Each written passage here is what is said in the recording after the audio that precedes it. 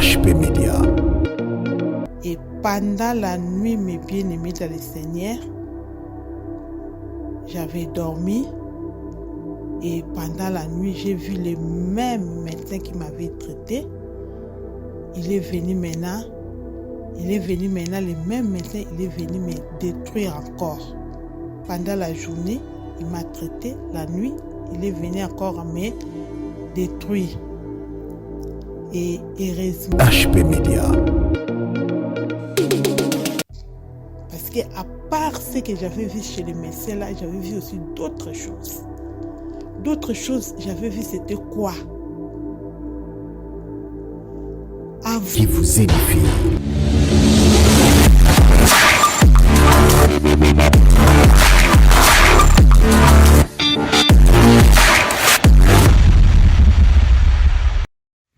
Mes bien-aimés dans le Seigneur, shalom, shalom. Moi, je m'appelle Maman Esther Eugénie.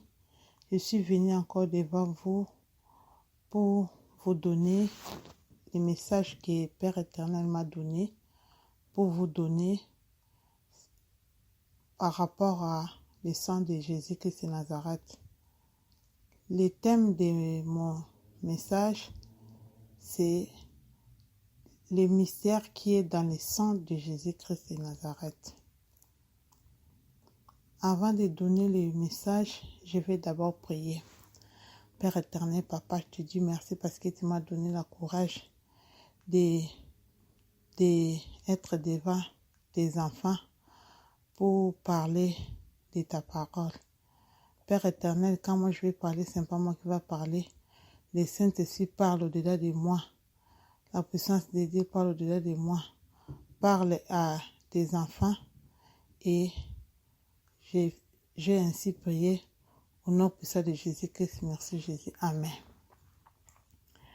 Le message que je vais vous donner, mes bien-aimés dans le Seigneur, c'est par rapport au sang de Jésus-Christ. Le sang de Jésus-Christ, mes bien-aimés,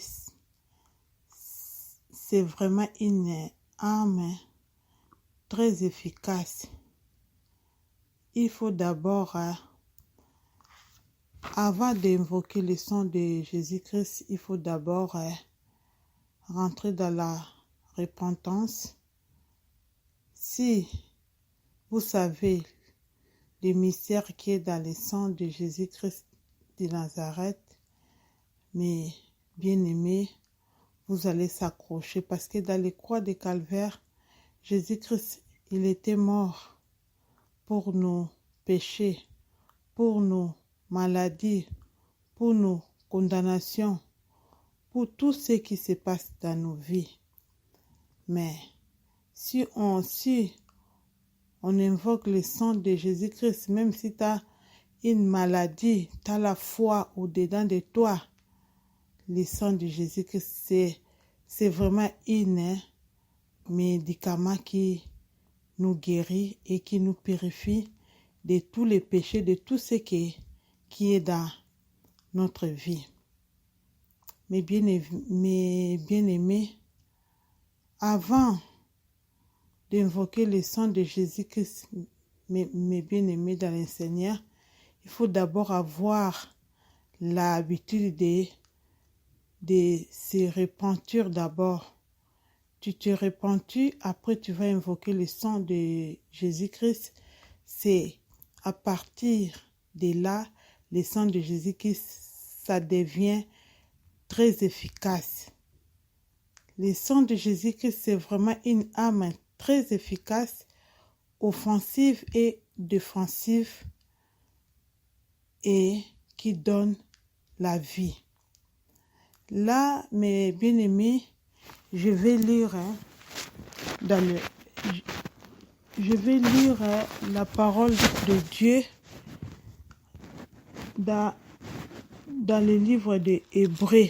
Excusez-moi, mes bien-aimés, je vais chercher les versets bibliques de Hébreux. Hébreux, chapitre 9, versets 11 à 15. Je vais lire au nom de Jésus-Christ. Mais Christ est venu comme souverain sacrificateur des biens à venir. Il avait traversé les tabernacles plus grands et plus parfaits qui n'est pas construit des mains d'hommes, c'est-à-dire qui n'est pas de cette création.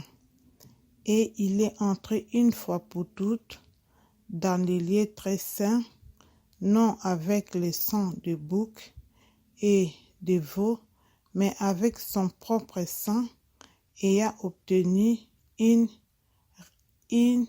rédemption éternelle. Car si le sang des taureaux et des boucs et la cendre d'une vache répandue sur ceux qui sont souillés, sanctifiés et procurer la pureté de la chair, combien plus le sang de Christ qui, par un esprit éternel, s'est offert lui-même sans tache à Dieu, purifiera-t-il votre conscience des œuvres mortes, afin que vous serviez les dieux vivants. Et c'est pour cela qu'il est le médiateur d'une nouvelle alliance, afin que la mort étant intervenue pour les rachats des transgressions commises sous la première alliance, ceux qui ont été appelés recevoir l'héritage éternel qui leur a été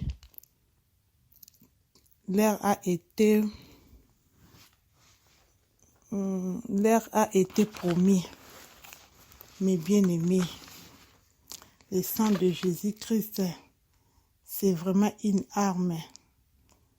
Si on connaît la puissance qui est dans le sang de Jésus-Christ, tout ce qu'on va faire, on va prier, et d'abord, ce que je répète, mes bien-aimés, avant d'invoquer le sang de Jésus-Christ, mes bien-aimés dans le Seigneur, il faut passer d'abord par la repentance. Parce que si tu te repens, après tu invoques le sang de Jésus-Christ, tu es purifié, même tes consciences est purifiée, même ton corps, ton âme, ton esprit est purifié avec le sang de Jésus-Christ. Même si vous avez les mauvais pensées, et tu invoques le sang de Jésus-Christ dans la croix de Calvaire, Jésus-Christ a vaincu. C'est pour cela on a la puissance avec son sang précieux. Mes bien-aimés,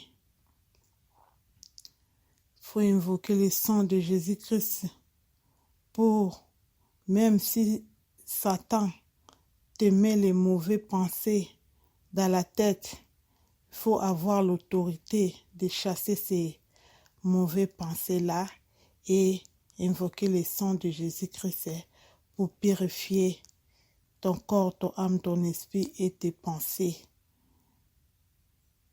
Et ta vie sera bien par le nom de Jésus-Christ de Nazareth. Mes bien-aimés, ce que j'avais à vous partager par rapport à le sang de Jésus-Christ, moi-même, mes bien-aimés, dans le Seigneur, ce que je vous parle, je l'ai vécu, mes bien-aimés. Maintenant, je vais vous donner mon témoignage par rapport à le sang de Jésus-Christ. Mes bien-aimés, moi, quand moi, j'avais reçu Jésus-Christ comme Seigneur et Sauveur, j'avais accepté Jésus-Christ comme Seigneur et Sauveur dans ma vie. En tout cas, j'avais vraiment accroché. J'aimais vraiment prier. J'avais mis vraiment mon temps pour la prière. Comme je travaillais pas, j'avais vraiment mis beaucoup de temps pour vraiment être dans les pieds de Jésus-Christ. À partir de là, comme vous avez dit dans les premiers audios, les attaques, à peine quelques mois comme ça, les attaques ont commencé dans ma vie. Et mon pasteur m'avait donné que le sang de Jésus-Christ. M'avait donné seulement le sang de Jésus-Christ, mais bien aimé dans le Seigneur, j'avais vu la puissance du sang de Jésus-Christ. À cette époque-là, vraiment, comme je voyais la puissance du sang de Jésus-Christ, je m'étais accrochée vraiment dans les pieds de Jésus-Christ. Et au bout de quelques années, j'étais malade. Si je vous dis, j'étais vraiment malade. J'étais sérieusement malade. Et j'étais partie à l'hôpital de Lani, comme moi j'habite à Tourigny. J'étais partie à l'hôpital de Lani.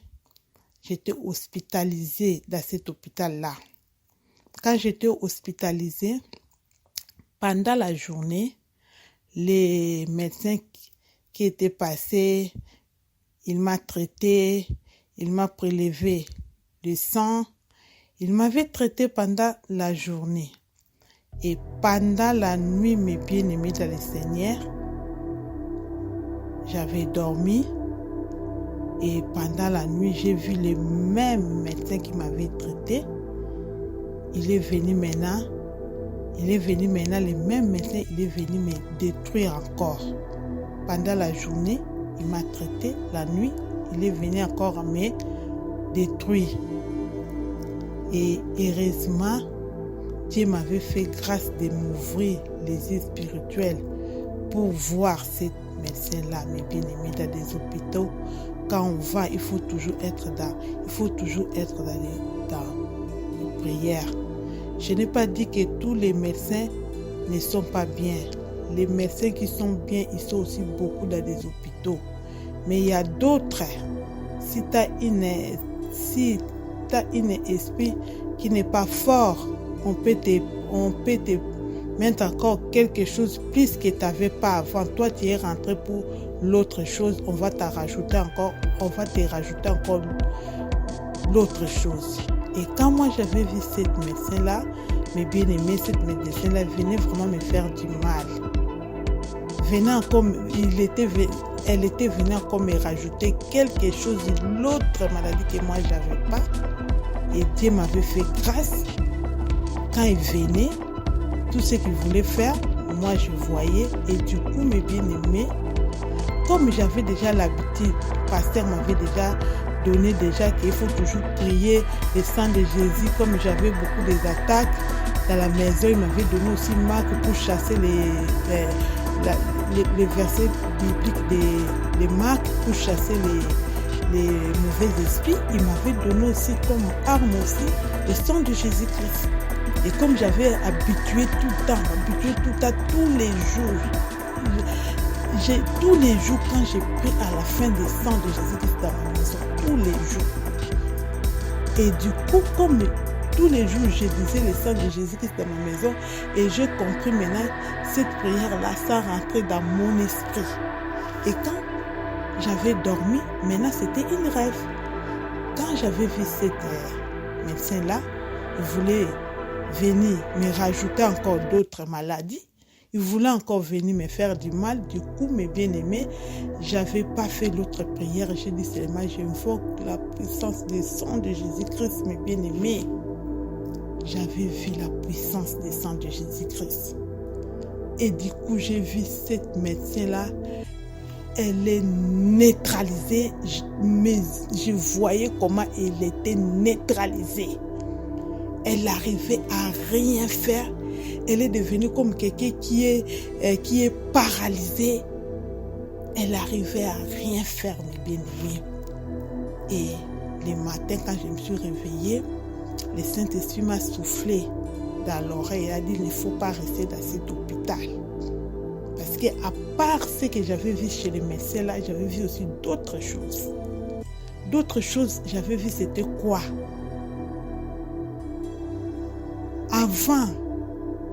Avant de voir les médecins là, j'avais dormi et j'ai vu une dame que je ne connais pas, elle est rentrée dans ma chambre. Quand elle est rentrée dans ma chambre, derrière moi encore, j'ai vu encore l'autre médecin. Un monsieur aussi, il était derrière et devant moi, j'ai vu un lit plus 4 bougies. Quand j'ai vu les lits là avec 4 bougies, j'ai compris directement ça c'est l'esprit des morts.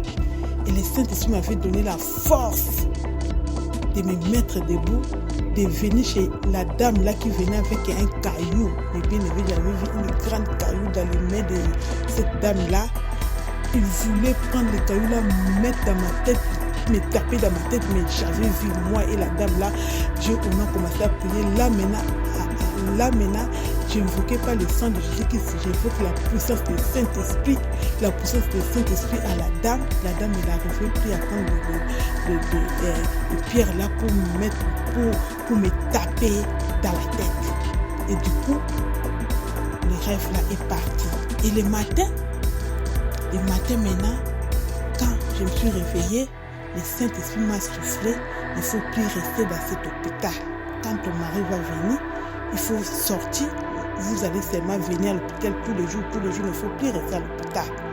Et du coup, mon mari, quand il était venu, j'ai dit à mon mari, moi je ne peux pas rester ici à l'hôpital. Mon mari a dit, comment tu ne vas pas rester à l'hôpital?